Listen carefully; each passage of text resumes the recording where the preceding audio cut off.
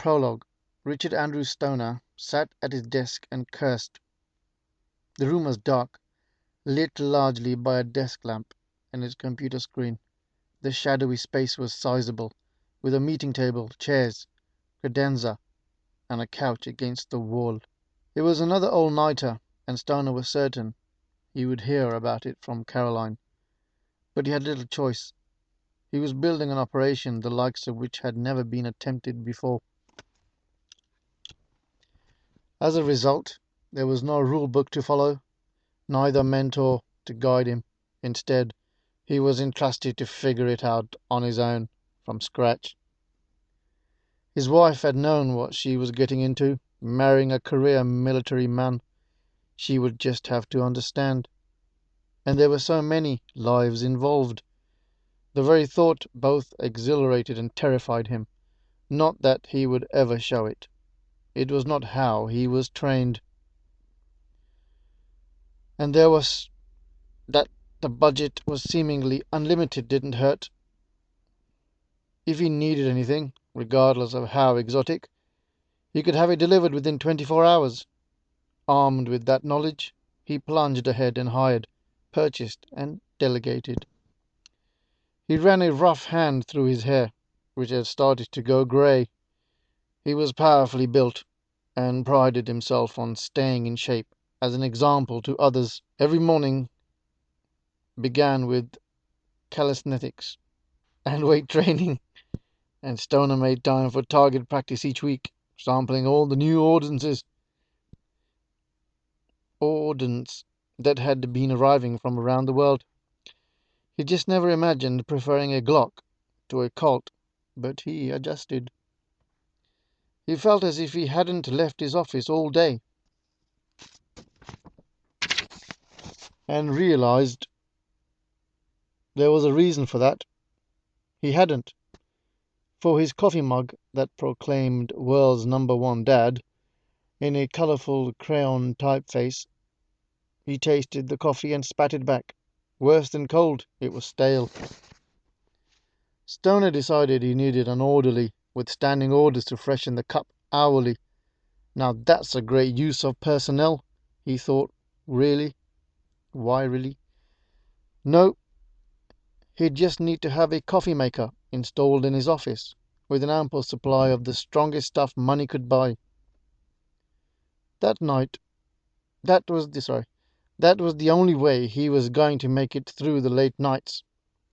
On his sleek desktop were folders bulging with information on potential recruits, requisition forms, status reports, phone messages, urgent notes from department heads, and catalogues to help outfit his army. Why did I ever let them talk me into this? He had resisted when called. He was a field officer, not a desk jockey, and he hadn't felt comfortable with enormous undertaking the Executive Council had laid out for him. But they had persisted, and with one good reason. A clear and present danger had introduced itself, one he recognized as a threat to freedom on global scale. That made it a military conflict, something with which he had experience, and no matter what the material he requisitioned, what he needed first and foremost would be troops he could trust. That Stoner could cull his team from the best armies throughout the free world still struck him as unprecedented. It made him feel as if he was assembling the ultimate all-star team. That was how the Council had sold him on the idea, knowing, from his record during the Desert War, that his men would follow him through the gates of hell. His greatest achievement was that he had brought the majority of them back alive, giving him another opportunity to lead and to choose from the cream of the crop. It was exactly the right thing to get him to take the job. How could he say no? Clearly, they had done their homework on him, much as he was studying his recruits now. A view screen nestled in the far wall suddenly lit up, casting a glow that overwhelmed the other sources of illumination. Major Stoner glanced up and saw an agent waiting there. He marveled at the clarity of the image, considering the fact that the signal had been bounced off at least a dozen satellites from 6 different countries and scrambled to prevent any chance of interception. The agent himself looked 15, but was listed in the records as 19, Baby-faced though they might have been, the man was a sharp-shooter from the Italian army. "Bianco, you need a haircut," Stoner grumbled. "Aye, sir," the black-haired youth said in flawless English, with barely a hint of accent. To Stoner's silent amusement he remained at attention, while Stoner gave him his marching orders and instructions as to where he would be stationed. "And about the haircut, get it before you report to duty," he added. "Aye, sir," Bianco replied impassively. "Godspeed. Out." He tapped a touchpad on his desk, and the image winked, instantly replaced with one of another man, closer to his own age. He had a weathered look that made him appear handsome in an untraditional way. When the man was aware that he had gone live, his eyes sparkled to life. Women, no doubt, loved him. "Lockwood," he said briskly. "At ease, Lockwood," Stoner said, forcing his hand not to salute.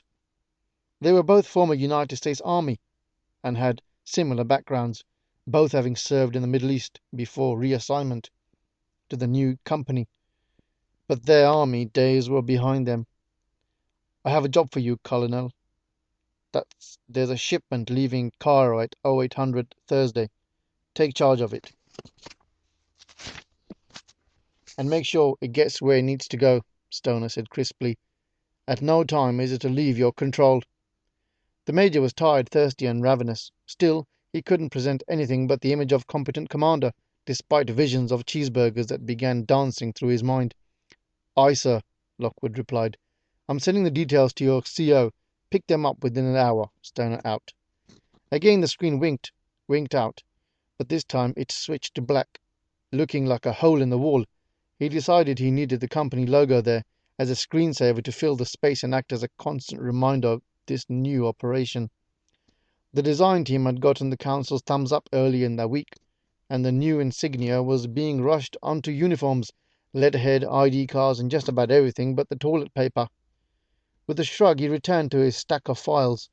Every department seemed to have its own demands and endless hassles that came with them, but there were only so many hours in the day, and the priority was on staffing. Each hire needed to be vetted. In the beginning, the screen had taken 6 months, and they got down to 4 over the past few weeks. The Major wanted it down to 6 weeks, if possible, but that seemed to be a pipe dream, given the languages, cultures, and varying infrastructures from which they were plucking the best of the best. The organizations from which they were being plucked didn't always let them go easily either. They continued to protest every Friday before wearily returning to his home in Decatur. Stoner noted with satisfaction the charts that showed inexorable progress. As they kept inching towards 100% staffing, he surveyed the mess on his desk, sat back in the comfortable leather chair, and sighed. Stoner was career Army, and he still marveled that the council had picked him out of the dozens of acceptable candidates they must have considered. They had told him from behind opaque screens that hid their identities that he had the right experience, training, and temperament to build this ambitious experimental program. Caroline tried to be understanding, really she did, but since he had reassigned, his absences had grown longer and longer. She was starting to grumble herself, while Willie and Emily were also making it known that Dad's presence was missed. Willie was still young, but Emily was a teenager now. Thinking about them gave him pause, their smiling faces replacing the mouth-watering cheeseburgers in his mind's eye, and it made him smile, his first real smile of the day.